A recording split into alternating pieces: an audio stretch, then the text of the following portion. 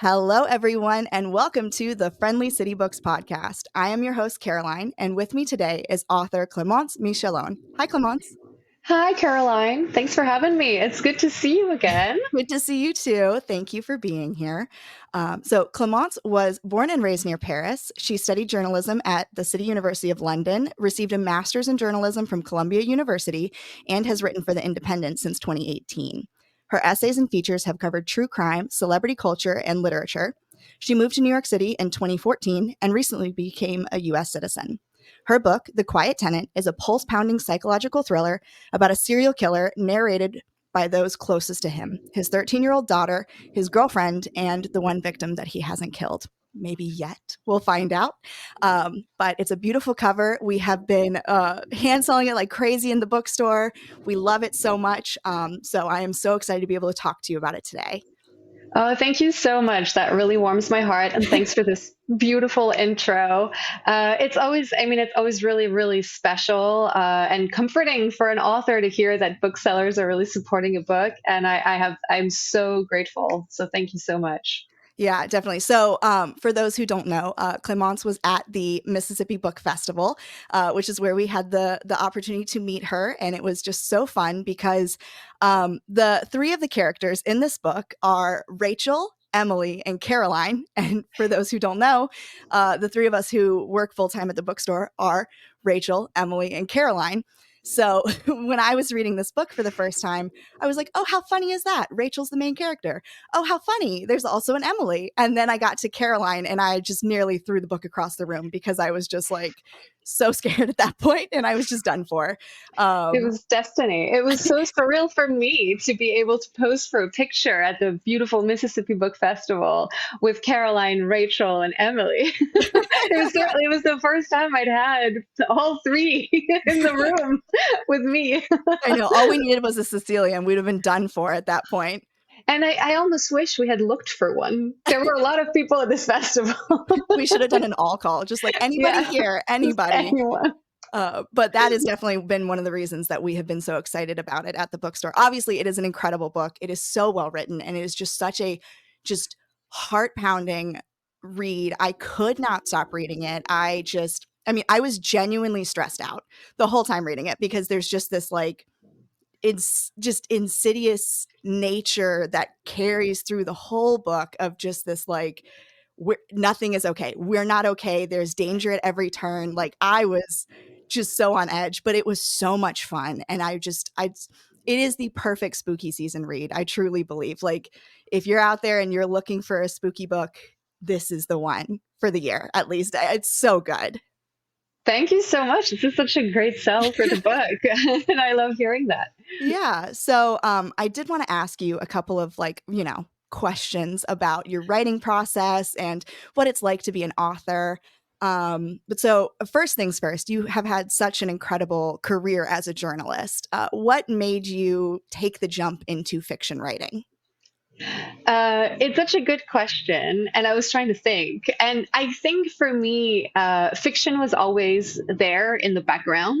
But basically, I was 7 years old when, a primary school teacher had us do what was my first creative writing exercise, and it was the most fun I'd ever had in my life. And I was like, this is awesome. And I came home and proclaimed that I wanted to be a novelist when later in life. And I was informed that it was not a reliable career path. and I, and I needed to find a proper job. And so I was like, well, what's a proper job where I can write? And I think it was one of my parents who was like, well, you could be a journalist. Um, and then later on, I think they would have preferred if I became a lawyer because it seems safer. Journalism isn't like a very secure career path either. But I went for journalism. And so I started my professional life as solely a journalist and with still this aspiration to write fiction in my spare time. And then over time, fiction started finding its way into my life again. It takes time to get good enough at it that you can publish, it takes a lot of time. And so, so while I was working my first jobs in journalism, I was writing in my spare time, and that led me to publish not a thriller, a literary novel in French with an independent feminist press in France in September of 2020, and then The Quiet Tenant in June of this year. Yes, and Hmm. but it was a longer process, and having my career in journalism, I've always done journalism as a writer. I've never been like a broadcaster or anything like that. It was a way for me to learn how to write professionally. With journalism, the writing, you really switch it on and off, right? Like I sit down and the news is happening and I have to write and I'm on deadline constantly. And that's a very healthy habit to build if you want to be a novelist. Hmm. So, and just this idea of like, it's almost like being on a treadmill when you want to run marathons, right? Like journalism is the treadmill and the novels are race day, the Ah, marathon. yeah. Uh-huh. Because just because I was writing constantly, and it takes a lot of writing to get good enough to then write books. Hmm. That is so fascinating. And you mentioned obviously that you had written a book in French as well. What is that one about? Oh, that one is about a female bodybuilder who is a few weeks away from the most important competition of her life and career. And she suddenly ends up in a position where she has to manage her sister's bakery, which is a problem because there's no time. Bodybuilders live very heavily regulated lives, and it's Hmm. hard to manage a business at the same time. And also, she's around baked goods all day, so it's not Hmm. compatible. So, Yes. but it's what's interesting is it's about bodies and control and agency, and I think these are themes that we find again in The Quiet Tenant. And Hmm. I remember that was in one of my earliest editorial discussions about the book. The acquiring editor of my novel in the US was asking me about my French novel. And that came up, and it was like, oh yes, bodies, control, agency. We see some threads here, even though the books are super different. Yeah, absolutely. And how different was it for you writing a book in French versus writing a book in English? At first, I think it was weird for the first chapter of Hmm. the first draft of The Quiet Tenant, because it was like walking in heels for the first time, or it was just like trying something a little different. Maybe if you've always skied, then suddenly you're on a snowboard, and the environment's the same, but just the core of it is pretty different. I had previously finished a novel length work. I am reluctant to call it a novel in English right out of grad school that was never published. And then I wrote my French novel, and then I wrote The Quiet Tenant. So I had some familiarity with writing in English a lot, and I do it for my job as a journalist. I write in English, and Hmm. even that before that as a student I'd done it. But there is something in fiction where you have to find your voice, Hmm. and that's the case whether you're writing in your native language or in a second language. You still have to find your voice. And Hmm. so once the initial awkwardness dissipated, and I just, my brain accepted that we were doing this in English this time, I think the work of finding the voice of the novel was pretty similar to what most authors would need to do when starting a new project. You always have to kind of like play around with it a little bit. Hmm.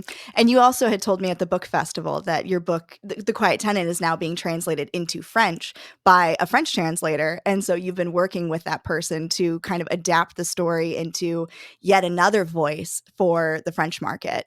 Uh, what is that like? Yeah, that's so cool. I'm happy that I'm not translating it myself, by the way, because it was I did wonder. I was like, oh, should I translate it?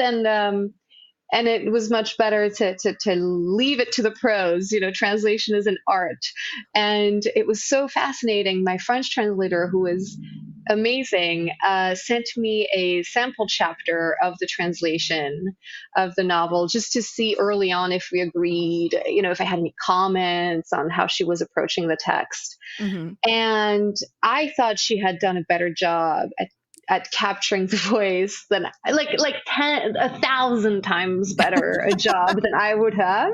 And also that the translation of my American novel in French, I'm like, damn, I wish I could write like this in French. Like it's really, really good. And Yeah. and I don't really write like this when I write in French. Like it's funny. The voice is a little different when I write directly in French. Hmm. So it's quite captivating. But I think there's a musicality to English that I love, and so I find that when I'm writing in English, and I have Hmm. fun with that. And so then if you retranslate it into French, it it works its way into the French version of the text. Yeah. Do you think, I mean, the story itself feels so universal to women, but do you think that the story will feel as true to American women as it, or do you think it will feel as true to French women as it does for American women? I hope so. Hmm. I hope that they will. I've been very lucky in that the novel has been received very generously in the US. And a lot of readers have understood what I was trying to do with this book. Uh, and, uh, and it's been a very special experience in that way. Um, I have to think, unfortunately, the experiences of violence or of being made to feel not at home in your body. Unfortunately, I think it's relatively universal. Hmm. So I would think that a French reader would know what I'm talking about when I'm talking about those things. But I think it's interesting to see how readers react to similar novels across countries. The French readers are very special and interesting. So um, I'm very curious to see what they're going to think. Obviously, I hope they like it, Yeah. but I'm sure they're gonna bring up things I didn't think about and have just see it in a way that hadn't occurred to me. So Hmm. I can see it when I talk about movies and books with my French relatives. They always bring up something that I hadn't thought about. So I'm looking Yeah. forward to that. Yeah, that's going to be super cool. Hmm. Um, so I feel like your journalistic talent and your know-how for telling stories really, really shines in the way that you crafted both the story of the Quiet Tenant, but also the characters, and how real they felt. But I was curious about how your journalistic experience might have played into the research for this book and also its inspiration. Well, first of all, thank you so much. That's very kind. That's a very kind thing to say. I really appreciate that. Um, I think there are a couple of ways that my background as a journalist served me, but it was also something I had to manage. So I covered true crime, among other things, as a journalist. And I sat down to write a crime novel, and I thought, well, I have to set a boundary, between these two worlds, my Hmm. journalism work and my work as a novelist. And the deal with myself was it's okay to build a library of personal knowledge, right? I have researched a lot of true crime stories. I have spoken to people who have been through things. I have written about them and their experiences. And all of this is in my brain and it's floating around and it's impacted how I see the world and how I think about crime and punishment and all that. Hmm. What I didn't want was for the book to come out and then I sit down to interview someone for an article and then they have to worry that something is going to show up in a book, right? I never want that Yeah. to happen. So I want to keep it separate a little bit. So I tried to really set that slightly aside and then to just let my novelist brain take the lead. Hmm. But that library of knowledge does exist in my brain. And one of the things that fascinates me in my work as a journalist is that so much of journalism is trying to understand how the world moves, why people do what they do, how they become who they are. And obviously, these are all uh, mechanisms that we need to think about when crafting a book. How does a character become who they are on the page? How is the plot going to move? And how are people going to interact with each other and impact one another's lives? So it's made me seeing the world in a certain way and looking for all those those causal links between things that then come in handy when you're trying to plot a story. The difficult thing is fiction needs to make more sense than reality. Mm-hmm. In reality, you can say, well, it just happened that way, right? Like, Mm-hmm. yeah, it doesn't make sense, or it was completely fortuitous and it was a huge coincidence, but it happened that way, and so that's interesting. In fiction, that's the least interesting thing. Like, you can't just say, well, it was a huge coincidence, but the protagonist won the lottery, and so it was fine in the end. Like, you can't. Everything has to make sense. Everything has to, every event has to have a consequence, and then we deal with the consequence of that event, et cetera, et cetera. So in a way, it's funny because I feel like I have more control over the narrative as a novelist than I do as a journalist, because obviously, as a journalist, I have to stick to reality. It's frowned upon to make stuff up. Um, but also, fiction can be constricting in its own way because it Mm-hmm. has to make sense. Yeah.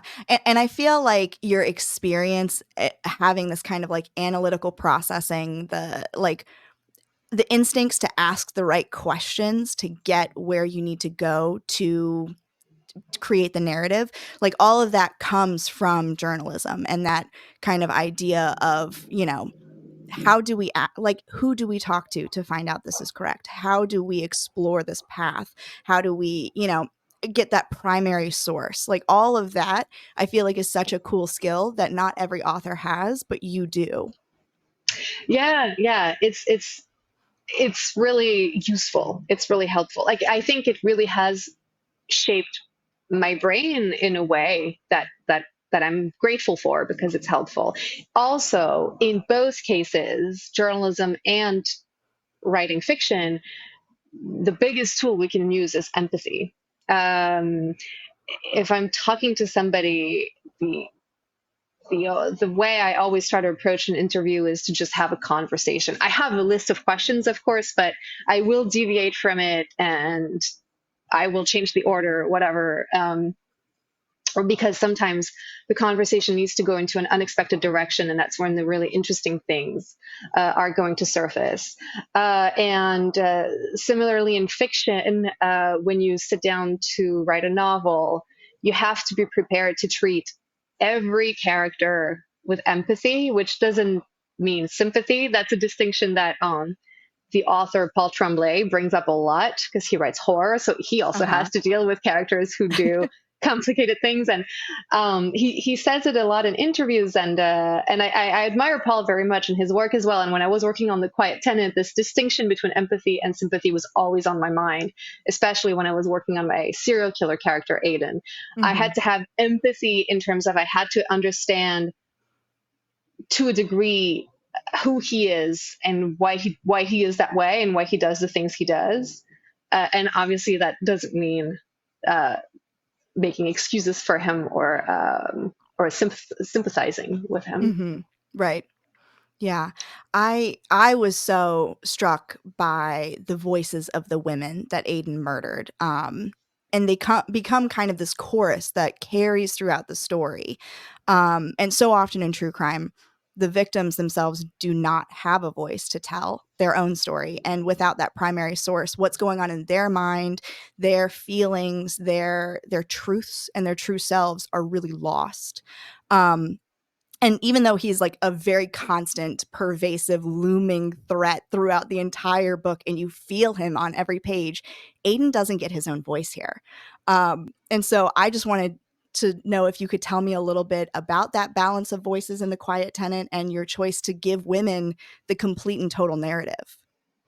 Yeah, I love talking about that because it was such a big part of this novel for me was choosing which voices were going to tell it, which characters were going to get a voice on the page, and which one wouldn't.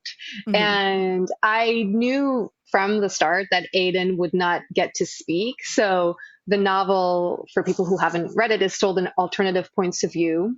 Like Caroline said earlier, there are three main ones. There's our serial killer's teenage daughter, a victim he's holding captive but hasn't killed, and a woman who doesn't know he's a serial killer and who has a crush on him, and he's gonna and he's is gonna try to get closer to him not realizing what she's walking into. Mhm. And there are a few others. We hear from Aiden's past victims in shorter chapters. And so I knew from the get go that Aiden would not get a voice, unlike all of these female characters. All the voices are female. There were two reasons for that. One came from my true crime consumption.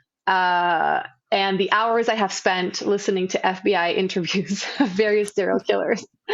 Um, and serial killers are not the best source about their own crimes or about their own lives. Mhm. They lie, they obfuscate, they don't want to talk about the things we really want to talk about. Sometimes those tapes become interesting, but it's very short passages that need to be contextualized. But I didn't feel that hearing Aiden talk about his crimes would be particularly illuminating. Mhm. The more meaningful reason is that when we are trying to think about those violent crimes, I think it's so much more informative to think about them in this holistic, real world way of they're not just happening in the perpetrator's mind. They're happening to people who know other people. Like it's disturbing a much bigger world than just the interior life of the perpetrator. Right. Who is it happening to, and what are the consequences? And the consequences are far and wide. There are the people who are killed or harmed, and the people who knew the perpetrator but didn't realize what they were doing, who are victimized also to a degree. Like that has always captivated me. This idea that Ted Bundy had a live-in partner for a number of years, and she wrote a memoir called The Phantom Prince, and it was re-released in 2020, early 2020, and Mhm. it's really illuminating. And she had suspicions that he was the killer who was murdering women in their area, and she had tried to call the cops on him a couple of times, and no one would Mm. believe her. And but there was still a day, right, when he was arrested and her life was never the same. She was thrust into this role as Ted Bundy's former girlfriend, which she Mhm. had never asked for. She was just trying to live a normal life. And life goes on. That's what boggles the mind is for all these infamous serial killer stories. There was a day when someone came home and the police knocked at the door and informed them that their partner or relative or whatever was a terrible serial killer, and like they still had to go to work. They still had to support themselves. The Mhm. taxes were still due that year. Like it's just, I can think about this for hours on end, and so this idea of trying to tell the story of a man like Aiden through the perspectives of the people the most affected by his crimes Mhm. seemed to me much more rife for exploration than if he had just told the story. Because we know why he kills. Right. He, there's no, he's one of those serial killers who kills because he enjoys it. There's not a ton of depth there. Right. It's not very interesting to plunge. There's not that many depths to plunge on the page here. Yeah. It's pretty straightforward. Yeah. As somebody who has, dabbled in reading true crime and listening to true crime podcasts and documentaries, I know that there is kind of this conversation happening about centering the victims in our conversations about true crime and not looking at these things from this voyeuristic, almost like you're enjoying it a little too much kind of idea of like, let's get deep in the mind of this killer, and instead looking at the whole picture like you were talking about. And so I think that this book is a really great example of, even though it's fictionalized, how we can do that and how we can frame stories around specifically the women who are experiencing these horrible things. Because while this is fiction and while it happens in this kind of vacuum of this novel, these are women who remind me so much of women that I have heard about in true crime. And as a whole, I mean, these are characters that they feel so real that, like, I'm reading them thinking, I have been this girl. I have been this woman. I know these people. And that reality that is tapped into this book makes it, I think, speak to such a larger theme, which is the true crime genre as a whole in a way. Yeah, I'm so glad you bring this up because I should actually credit my own true crime consumption. Also, when the question of the female perspectives comes up, I listen to a bunch of podcasts. I watch documentaries. I consume true crime, and I always have. I think since I was like 12. But there was actually in early 2020 a documentary that was released as a companion to the memoir by Ted Bundy's former girlfriend. Hmm. And the documentary is called Falling for a Killer. And it's a Ted Bundy documentary. And I remember it came out after the Ted Bundy tapes on Netflix. And it was like there was a period of time where a renewal of Ted Bundy media around early 2020. And I remember when this new one came out, I was like, really, do we need another one? Do we truly need another one? And yes, we Hmm. did. And we needed that one. That documentary was really well done. It shifted the perspective away from him and towards his victims and the people who knew him. So I believe his brother is interviewed in it. I didn't even know he had a brother. He has a surviving victim who participated in the documentary. His former girlfriend, Elizabeth, is interviewed. Her daughter, whom he lived with, he lived with both of them for some years, also spoke. And it was the Ted Bundy story like I had never heard it. It Right. was like, exploded into all these pieces. And suddenly he wasn't Ted Bundy. He was this man who existed in this environment and knew all these people and did those things and then left a trail of devastation in his wake. Hmm. And it's really hard to make you see a story you've heard told dozens of times under a new perspective. Hmm. But this documentary did it, and I thought that was so powerful, and it really made an impact on me. And I had that in mind when I chose how to tell my own serial killer story, for sure. And which Yeah. isn't to bash, by the way, the Ted Bundy documentaries that came beforehand. Like Hmm. I watched the Ted Bundy tapes and I thought it was well made. Like I thought it was really interesting. I was riveted. So it's not to say I'm above the others. I just Hmm. thought if we were going to add another documentary to that shelf, then Falling for a Killer to me was really well done because of that perspective shift. Yeah. When you were writing The Quiet Tenant, was the idea always to have this kind of chorus of voices, or was the focus initially on one particular character? Yeah, you ask the right question.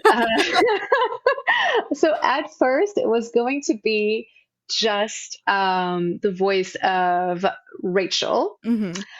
So she is the captive victim who was abducted by Aiden, but then she's the one victim he couldn't kill, so he keeps her instead. First in his garden shed, and then in his house. Hmm. And at first, it was going to be only her perspective, and I started working on the novel with just her voice, and her voice was the first one that really sort of spoke to me. And the problem was that she only sees one side of him. And it's the Right. side of him that he wants to show her. It's the dangerous side, the all powerful side, because he literally has power of life and death over her all the time. So Hmm. he's, from her perspective, he's an all powerful, terrifying figure. But one evening I was out walking my dog, whom you can see actually right now on the screen taking a nap, behind, pretending to be an angel. I, I was walking my dog, Claudine, and um, and I was listening to a party tunes from the 90s called Baila Baila Conmigo. Not at all thrillery. I was like not trying to plot my book. And suddenly, out of nowhere, I had an idea. And I was like, what if there was another voice, another perspective, and this woman who doesn't know Aiden's a serial killer and who has this huge crush on him, and she's gonna like try to shoot her shot, you know. Hmm. And And I was like, ooh, that's really interesting. And I never have ideas out of nowhere like that. Usually I'm someone who has to really massage an idea and work it out bit by bit. So Hmm. on the rare occasion that inspiration strikes, I listen. And I was very dramatic about it. I remember I talked about it to a friend. I was like, maybe it's just because it's new that it sounds exciting. And she was like, you could just try it. And if it doesn't work, you'll erase the pages. And I was like, Yeah. yeah, yeah, we'll erase the pages. It'll be fine. And so, so I tried it. And that's how I added the perspective of Emily. Hmm. So, and I never looked back. Once I added Emily, Emily's the character who has the crush on Aiden and tries to get closer to him, and it was irresistible. This narrative of worlds colliding, Hmm. and it was important to have Emily's perspective too, because she sees Aiden as a man in the world, and she is obsessed with him and she's infatuated with him, but he doesn't have power. Like, he's not this all powerful figure. I mean, it's a different kind of power. So it Hmm. was interesting to see him that way. And then I thought, well, if these two women get to speak, then Aiden's daughter should get to speak because she sees him from yet another angle. Hmm. Um, he is her dad, and in the novel, he's the only parent she has left. It's not a spoiler. That's in the flash Yeah. copy. Aiden is recently widowed when the novel starts, and and so she was also Cecilia, the daughter, was the only character who could tell bits of family history Hmm. and show him as a family man, because Aiden's late wife, with whom you share your namesake, doesn't have chapters. She could have. On second thought, maybe she should have. I don't know if I want to know, honestly. Yeah, I'm she's like, a bit I of feel like Caroline, like, she got like. off a little scot clean a little bit. So I'm like, Well, I was fascinated because Caroline, I think the way she's written, I know some people have had various interpretations of this, and like, I don't want to invalidate them. However, people read the text is Mhm. absolutely fine with me. I've always thought of her as someone who, like, she's the only one who gets to have her vision of Aiden go unvarnished, Mhm. right? Like, Yeah. she knew him as a certain kind of man, and she wasn't around when it unraveled. And Right. it's always sort of fascinated me. But so we have these three main perspectives, and then I thought, well, if these three ones are talking, then we should hear from Aiden's former victims who are dead, Mhm. because they have yet another perspective. And also, to me, that was a way to tell the story of how Aiden became the killer he is when the novel starts. Mhm. So that was the only sort of backstory I was ready to give, was the backstory that his daughter and his victims would know, Right. not the backstory that he would have shared voluntarily. But if you read his former victims chapters, I hopefully you can see him evolve as a killer and understand what makes him tick and when he kills. Yeah, absolutely. And I mean, to me, Rachel, the woman who Aiden has been holding hostage for years, really is not only the heroine of the book, but she is the heart of the book too. Like how you were talking earlier about empathy, I feel so much of that in the creation of Rachel, especially. Like Rachel is, I mean, she is formidable in her own right, which I really loved, that there was this idea that even though Aiden had this full and total and complete power over her, she was still able to outsmart him, convince him by making him think that it was his own idea. I mean, she really like was a, on any other playing field, she would have been far surpassed his equal. But in this case, I mean, she had the capacity to at least fight back a little bit, even in these small kind of ways. But I was just, there were so many times with Rachel where I was just devastated reading her story. I mean, she's essentially grieving the loss of her own life. I mean, there's a scene where she sees herself in the mirror for the first time in 5 years and gets this real tangible like evidence of time's passage, and it is so devastating. Um and I was just wondering, were there any particular maybe people in true crime or victims of true crime that inspired Rachel, or did she come from just your own kind of? reflection as a kind of amalgamation of people? First of all, thank you for really seeing her as a Yeah. character. She was really, it was really hard for me when I was done working on the novel. I was like, I don't know what I'm going to do if I can't hang out with her every day. Yeah. She really was a very, very, very special character for me. Um, and and yeah, it was really hard to move on after. I was like, good luck, whatever I write next, because this lady is pretty special. Hmm. Um, but to more seriously answer your question, I'm trying to remember, and there wasn't a singular true crime inspiration in terms of I didn't model her after like a specific living person. Hmm. However, I do not want to discount the influence of the narratives of survival that I read Hmm. about. And because when I was trying to create the character of Rachel, the enigma I had to try to solve was what's resilience?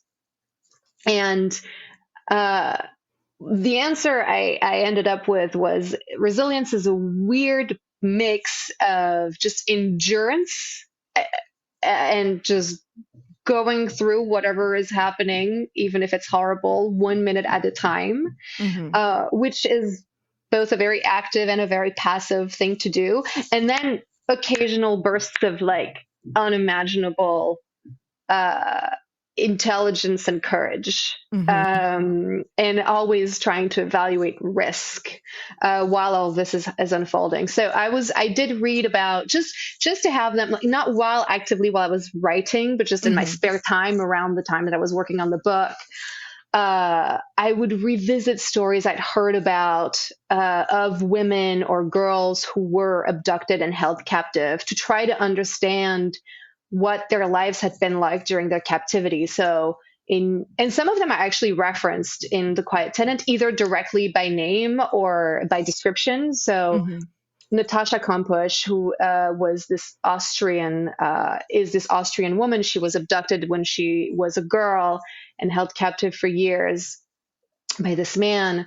And then one day, he told her to clean his car, and she was vacuuming the car, and he stepped away to make a phone call, and she left the vacuum on, and she bolted, and and then that's how she escaped. And I Hmm. forget exactly how many years she had been held captive by that point, but it had been years. So it was Yeah. this idea of, well, for most of her captivity, her focus was on survival Hmm.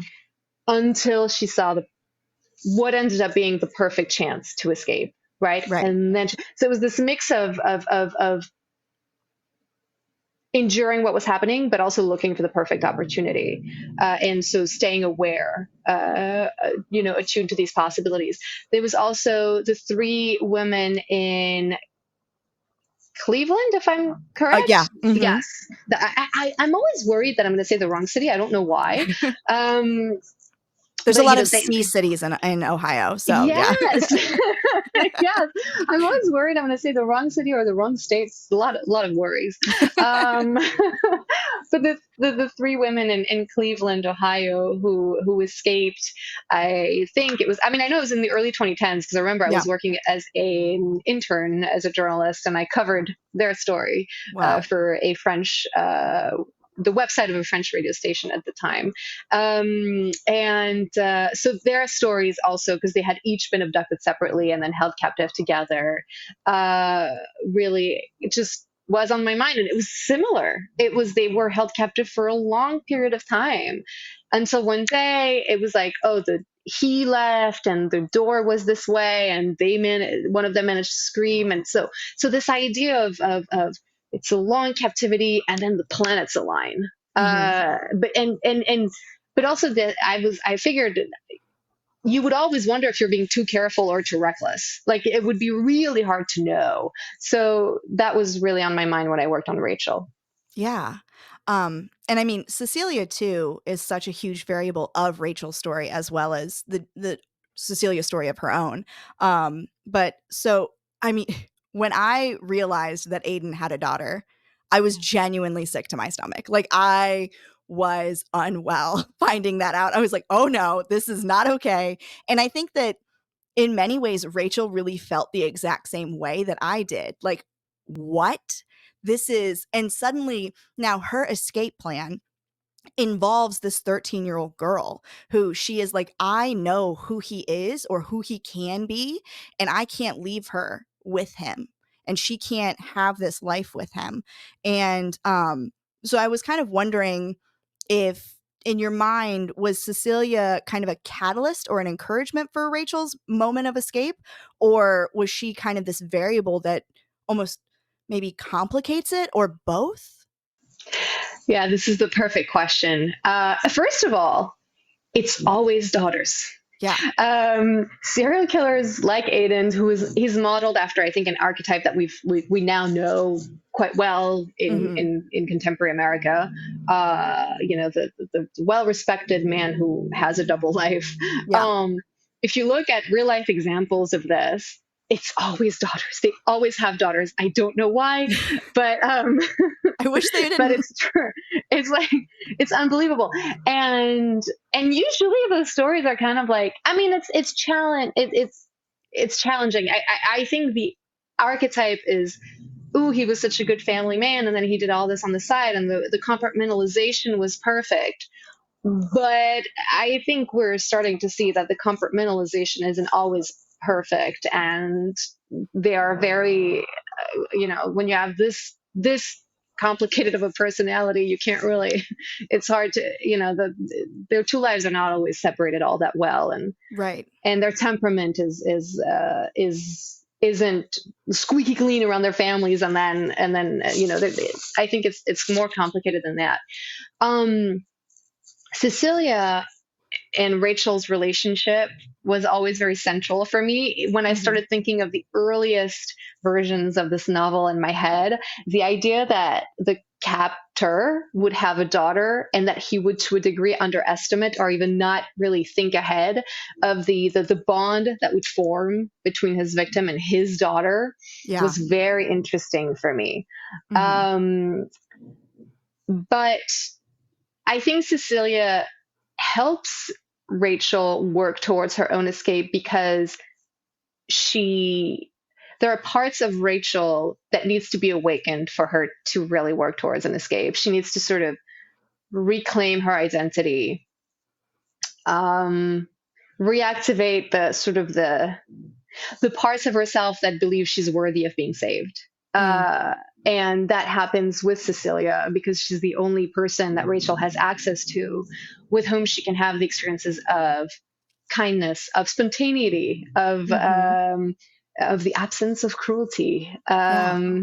of not everything has to be strategized, not everything has to be transactional. At the same time, she is very much an obstacle because Rachel has to deal with the fact that if she escapes, she's going to ruin this girl's life, Hmm. possibly in multiple ways. But even in the best case scenario, she's going to end this girl's life. Now, it might seem to us like, well, yeah, okay, of course, like, but who cares? You have to escape. Yeah, sure. But if you're in Rachel's head, it's not that simple. This is the first person who's been nice to her in 5 years. It's Right. not that easy to destroy that person Hmm. emotionally, you know? Yeah. And Rachel throughout, I feel like, has such a care and concern for other women. There are parts in the book, and I don't really think this is a spoiler, but where Aiden brings her trinkets that are essentially trophies from his other kills. And she has this intense survivor's guilt. That's why are these other women being killed while I'm here in this shed or in this house? And how do I feel about the fact that I haven't been able to stop him, even though I know who he is and that he's doing this? And that unpacking all of that was just so, just like, I don't even know where to begin. But Rachel is a character who leads first with love and compassion and empathy for other women. And she understands the consequences of Aiden's cruelty, and she sees the greater picture of it, not just what's happening to her. Yeah, I think when people are exposed, even in like less dramatic scenarios, but even in our personal lives or in our professional lives, or I think when people are exposed to cruelty, or bullying or harm, they can react one of two ways. They can repeat it, Hmm. repeat the cycle, or they can react in opposition to it and um, really endeavor not to treat other people the way they've been treated. Hmm. And I think Rachel, Aiden is not the only thing that has happened to her. She has a past, she's been hurt before in ways that are more less headline making, Hmm. and more universal. And I think her experiences of other people's callousness or cruelty or dismissal of her humanity has prompted her to see all of that in other people. Hmm. I think she has reacted in opposition to the bad things that have happened to her. And survivor's guilt seemed inevitable in this scenario. I mean, it would be absolutely devastating. You know, she's the only living person who knows he's a serial killer, Right. and she can't do anything about it. It's a form of psychological torture.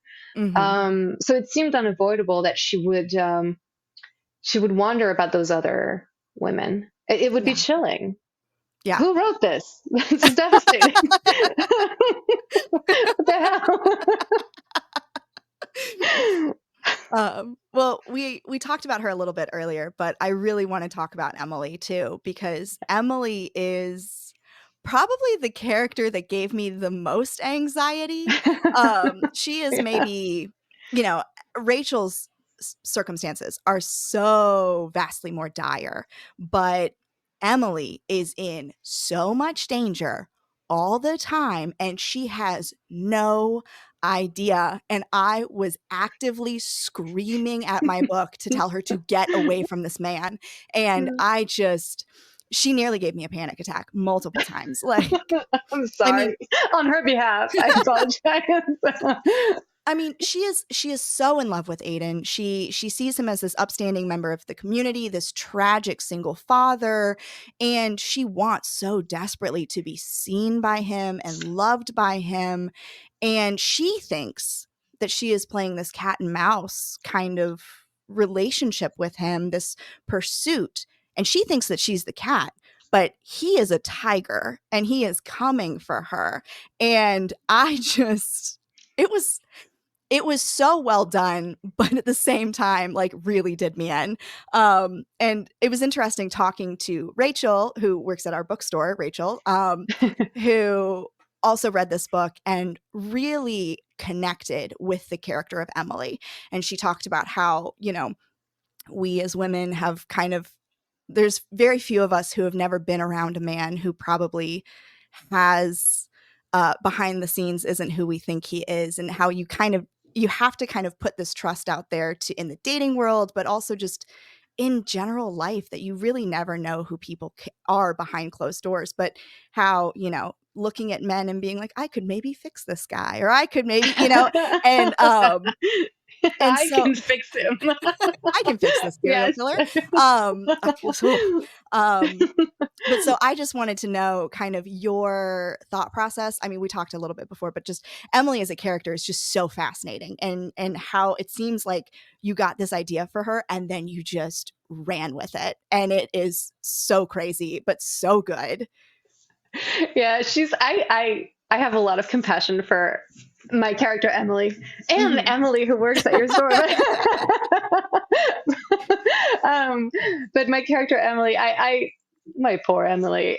She the thing with Emily is the only reason she goes into quite a tailspin in the novel is because the guy she's trying to date is running extremely low on empathy and is acting in a way that is very casually cruel with Mhm. her. I do think that the cruelty that Aiden brings to his crimes, he brings into his attitude as a potential love interest for Emily. And so Emily is a character that is all want, all need, Hmm. all neuroses all the time. She proofreads her texts obsessively, and then if something goes wrong, she's like, "Oh my god, what did I do? Was it this emoji that was wrong?" Or and it's like, Yes. "No, Emily, it's because he's a serial killer." He's busy. He's Yeah, committing murders. like he Sorry. has so much going on that you don't know about. But to me, it was very revealing to write this perspective of a woman who is trying to date this extremely malfunctioning guy, Hmm. and blaming herself to a degree whenever something goes wrong, uh, without realizing that obviously there are so much bigger things going on, and it's none of it is her fault, right? And but Hmm. we know, it was quite liberating, because I think this is a scenario that plays out on less dramatic scales all the time in real life. Hmm. um, but also I think her behavior isn't that out of the ordinary. Hmm. And I think she's being pushed to her limits because, again, Aiden plays mind games. He's very available at first. That's like a form of love bombing, I think. Hmm. And then he withdraws. And that's quite violent, I think. It would be quite violent to experience. Hmm. And so she kind of like does what she has to do to be able to sleep at night, and I don't judge her for it. Yeah. And but she is a character who is, I think she's in the novel, she is being punished for things that we shouldn't be punished for. Her extreme interest for someone she knows a little bit, her desire to believe that there really is someone in her community who is good and interesting and exciting, her desire to invite someone into her life, her need for connection, her need to be seen. Um, None of these are bad things, Right. but because it happens with, like you so aptly said, with a guy who's a tiger and she's a cat, then she does end up being punished for it, uh, in a way that isn't really fair. But and yeah, and she's been hurt in exactly the right ways that make her very liable to to to to respond to what seems appealing about him. Right. And Aiden is first and foremost a hunter. He Yeah. knows what he's looking for in a woman and how to manipulate that and get what he wants, which is ultimately complete and total power over this person. Um, Exactly. You got that perfectly. yeah, I was also curious, and I'm gonna try to keep this very vague because I don't want to spoil things. But there is a point in the book where Emily does discover who Aiden truly is. The mask is kind of torn off, and I was wondering. So when I read it, I sort of interpreted Emily as this kind of like a I don't want to say denial, but this kind of really a struggle to really grapple with the being presented with this truth. And I didn't know if that was an accurate representation of what actually happened. But also if it is, if that was something that you have seen from people who are close to serial killers in your research. Yeah, I think you got that exactly right. When the mask is off, I think Emily is. She feels, I think, like she's being assailed by that story. I think she says, she sees it on the news, she sees it in the papers. His photo follows her everywhere. Hmm. Um, and when presented with the opportunity to know more, she doesn't want to. Hmm. Um, and that seemed realistic to me. I think in stories I've heard of real life when this happens, which is quite rare, by the way, Hmm. but in the few instances where it has happened, I think in the very early stages, what I've usually heard is a reaction of first of disbelief, Hmm. of no, no, no, no, like he wouldn't do that. I know him. this is a mistake, which is a normal reaction to have. Like, it's really weird if you're told your friend or relative or paramour is a serial killer, and you're like, yeah, sounds about right. Makes sense. Yeah, sure. Like, yeah, I could see it. Like, it's extremely natural to be like, no, I don't think so, because you wouldn't know them otherwise. Right. And then I think there's a reaction of self protection, Hmm. because at the end of the day, he's been caught. He's not going to injure anyone else. It it's not like her knowing all the Emily knowing all the details isn't going to help anyone, but it may harm her. Hmm. And so I think she already has enough to process, knowing that what he was doing this entire time, without adding, all these specifics on top. Right. I do think that, I mean, I personally, if it were me, I mean, I always want to know everything, Yeah. but because it's like a control thing.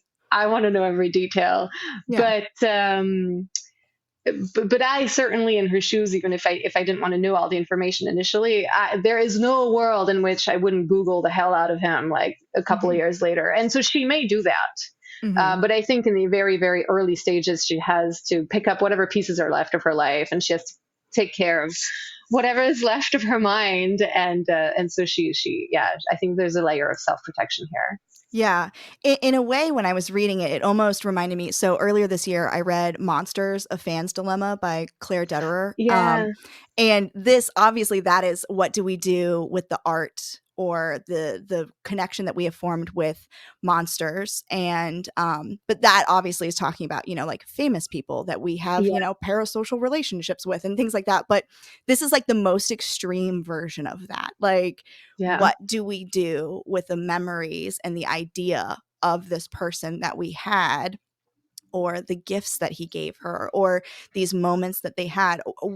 How do we process them, and how do we move through that? And that whole part was just like, oh my gosh, like I yeah. literally, Emily almost did me in. So the whole Yeah. thing, but Uh, I'm so glad that you bring up this book, Monsters, A Fan's Dilemma, because I think my inclination to write a serial killer story and to ask this question of where does the love go?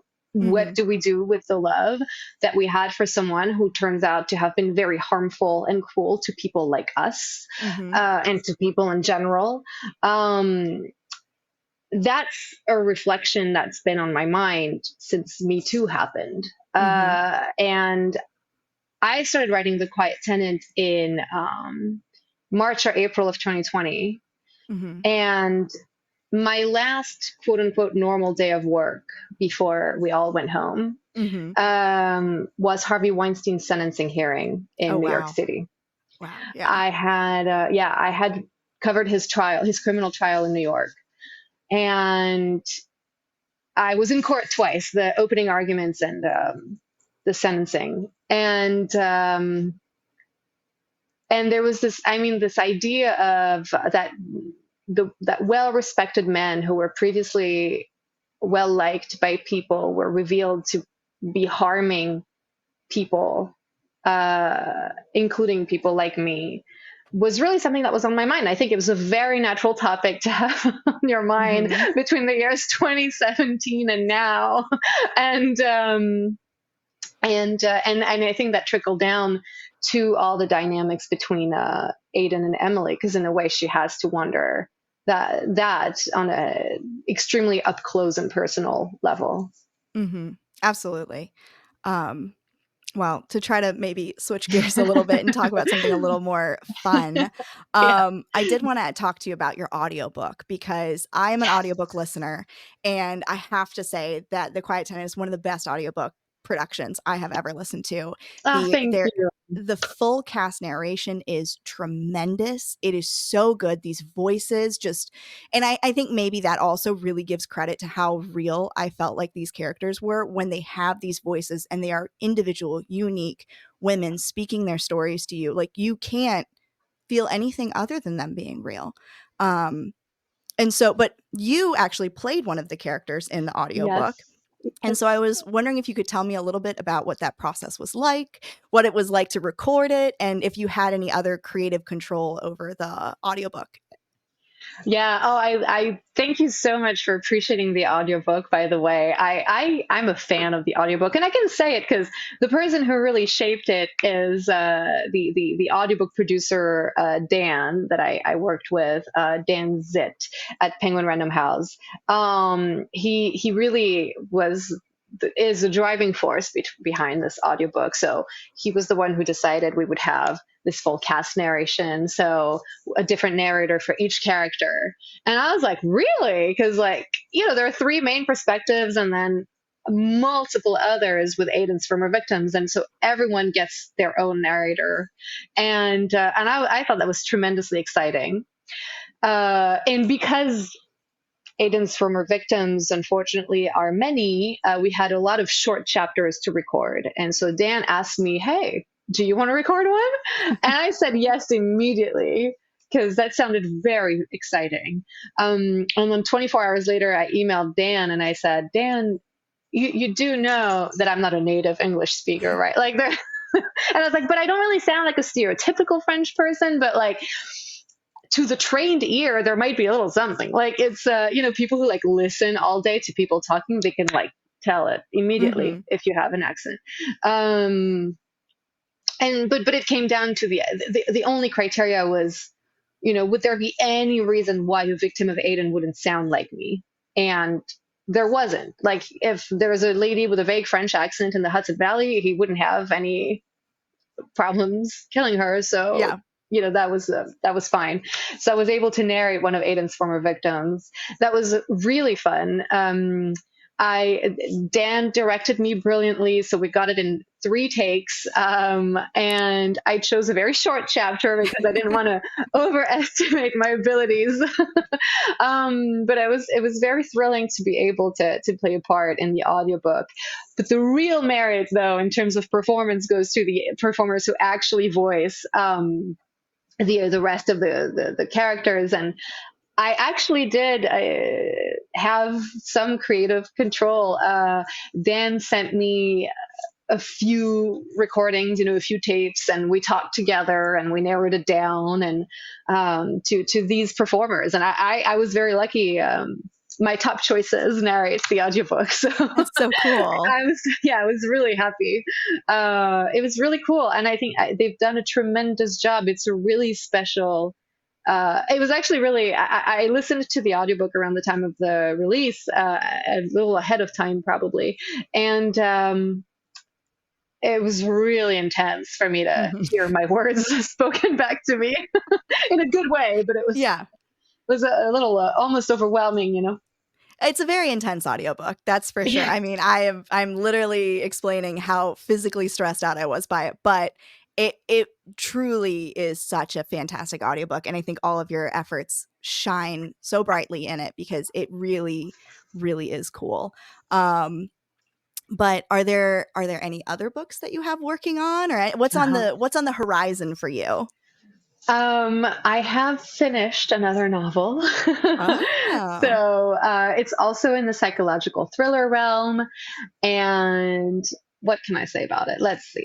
My idea, my idea was that the Quiet Tenant is set during the winter, and obviously it's in very sort of stripped down settings. There's a garden Mhm. shed, and there's a house, and there's a bar, Mhm. but it's very normal daily life settings. And I had a lot of fun writing them because it's very interesting to write.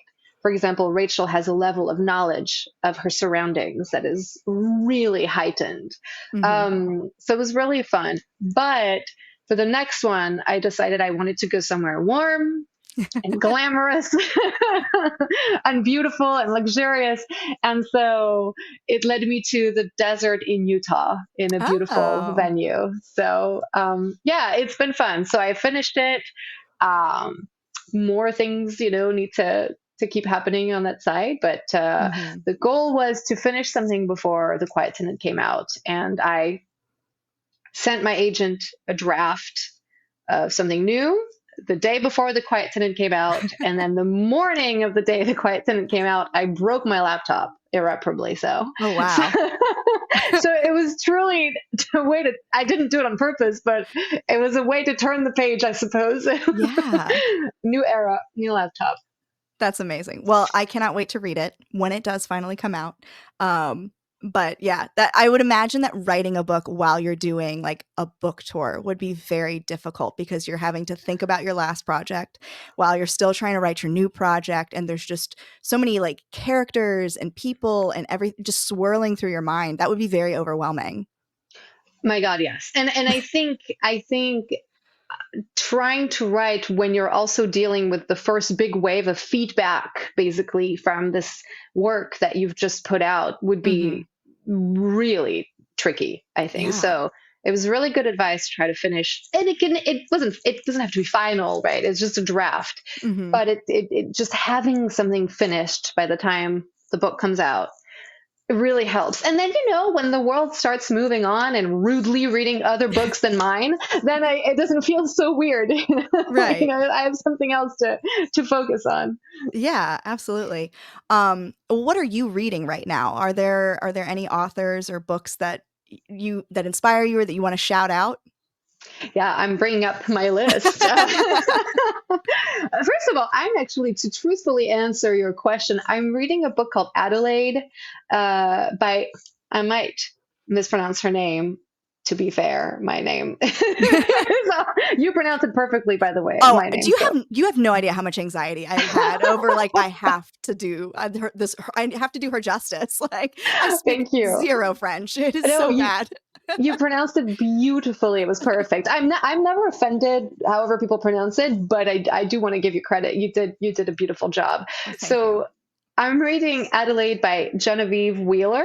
Yes. Genevieve? I don't Uh, know. It's I want to pronounce it the French way, but so I'm sure you've, because it was very successfully yes. released a few months ago, Uh-huh. and it's so interesting because it's a book about a pretty toxic relationship, Mhm. but really from the perspective of the woman who's going through it, and so there's romance and infatuation and everything, and it's completely intoxicating. I think I've read half between last night and now, which is extremely fast for me. I'm not usually a fast reader. Yeah. What else have I read? I read recently How to Sell a Haunted House by Grady Hendrix. We are big Grady Hendrix fans at Friendly City Books. I am a huge Grady Hendrix fan. I loved the Southern Book Club's guide to, what is Slaying it? Slaying Vampires. Vampires. Thank you. Yes. Oh my God. Love this book. Can't remember the title. I truly I truly did love it, and just the way that he used the vampire as a reflection on the American serial killer as an archetype Mhm. was really great. And I loved How to Sell a Haunted House. I actually cried reading it, like Mhm. hot tears. Yeah. I rarely cry reading books. I certainly wasn't expecting to have like such an emotional time reading a horror novel about haunted dolls and puppets. Yeah. But he uses it as a way to tell such a powerful story of like intergenerational trauma and how family secrets haunt younger generations. Mhm. And I thought it was wonderfully done. So I really loved that. What else have Mhm. I read recently? I read a book called What Mother Won't Tell Me, which is translated from the German, Mhm. and it's going to be published soon, I think. And it's a captivity story, actually. It's two Oh. children.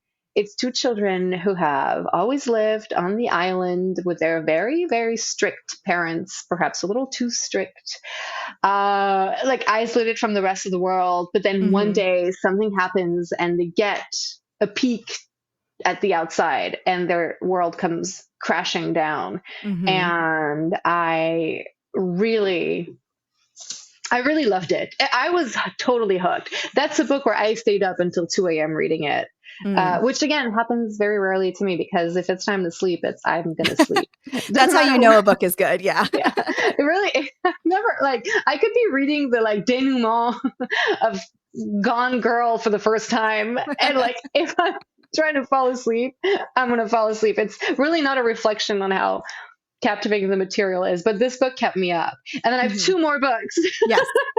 I read Beware the Woman by Megan Abbott, which I am. It's funny. I met Megan Abbott's agent a couple months ago, and I said I'm Megan Abbott's biggest fan, and he said Oh. they all say that. Oh, no, but I really am. And I'm like, no, you don't understand. Well, didn't she? Yeah, she actually is the blurb on the front of Yes, your book. yes, So that's yes. amazing. That was a really big moment. By the way, her agent is a lovely man. Uh, he said it in a very funny, warm Yeah. way. Um, so I adore Megan Abbott. She's my biggest inspiration as a writer. And when she blurred my book, I was like, well, nothing else matters now. That's fine. Whatever else happens, we're good. And her most recent book, Beware the Woman, really had me totally in its thrall. And it's about a woman who is newly pregnant, and she spends July 4th weekend with her husband and his parents and his father in their house. Hmm. And it's everything you've heard about, right? Like a really smart book about bodily autonomy at a crucial time. But also, she writes very sensorially. And I think she really captured like summer in this Hmm. book. Like the room in the Airbnb that is somehow always damp, and like the the local haunt, like the ice cream shop you go to every year that's a little stuck in time. Yeah. And in your head it only exists in the summer, like Hmm. all of that, like the citronella, to repel the mosquitoes, like all those sensations of summer. Hmm. um she really captured them. And the final one was a book I read earlier this summer called Lucky Dogs. Uh-huh. And it is a novel that is inspired by a real life part of the Harvey Weinstein scandal. And it was in the novel. It's a woman who's an actress, and she was working on a book, and she was going to talk about this producer, and he sort of sends like former intelligence agents basically to try to stop her. And it's a literary novel, but it's evidently about criminality. So for me, it's a crime novel. Hmm. It reads like a crime novel. It's a furious, amazingly written novel, and it starts in Paris, where I'm Hmm. from, and it has some of the best, like most accurate descriptions of Paris I've ever read in a Oh. book. I was like, oh yeah, like that's the Paris I know. Like that's the Yeah. the little coffee shop that like uh, locals know Hmm. about. Like it's in there. So all that. So I've read some really good books lately. It's been a good. But there's so many of my favorite authors have new books out this year. So it's been It busy. has been an incredible year for books. I mean, truly, like working at the bookstore has been the worst because every time I open a new box of books, I'm like, I want 12 of these. And Yeah. I mean, as the book buyer too, like going through all the catalogs and Hmm. having to choose between like, okay, I can only get so many. I mean, it is devastating sometimes to have to be like, I'm sorry, I can't like I'm I want them Must be. all. And It I must be really mean, hard. yeah, and this fall too is going to be such a good season. So, I I mean, mean, there's a new Jessica Knoll to look mhm. forward to.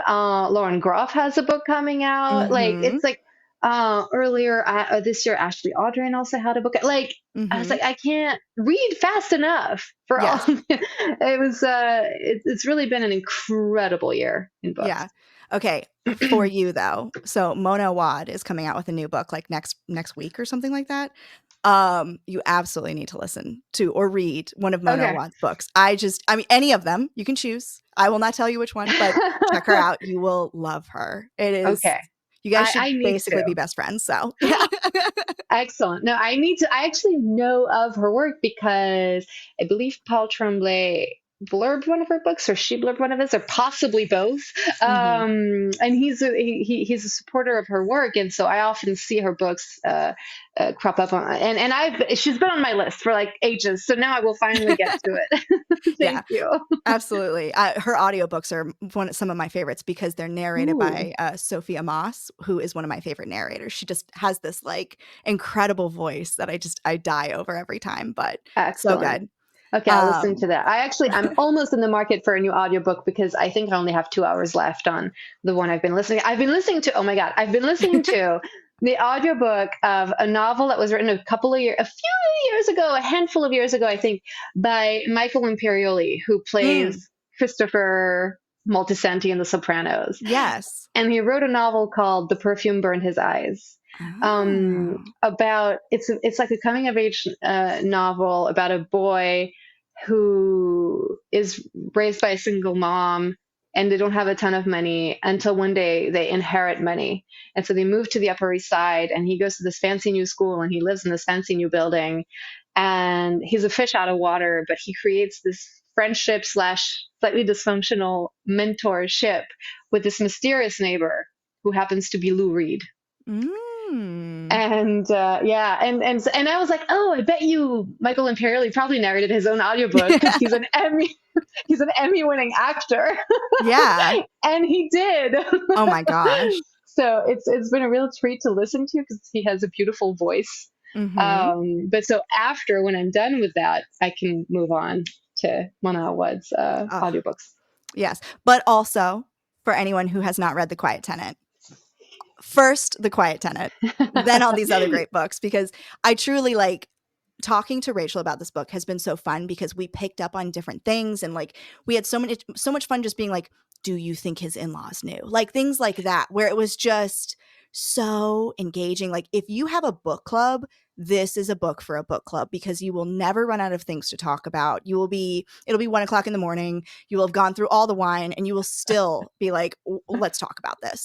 Um, so I highly recommend it for that, but also for spooky season. It is just, if you go through October without reading this book, you're doing something wrong. So, but thank you, Clemence, for talking with me today about all of this. This has just been such a joy.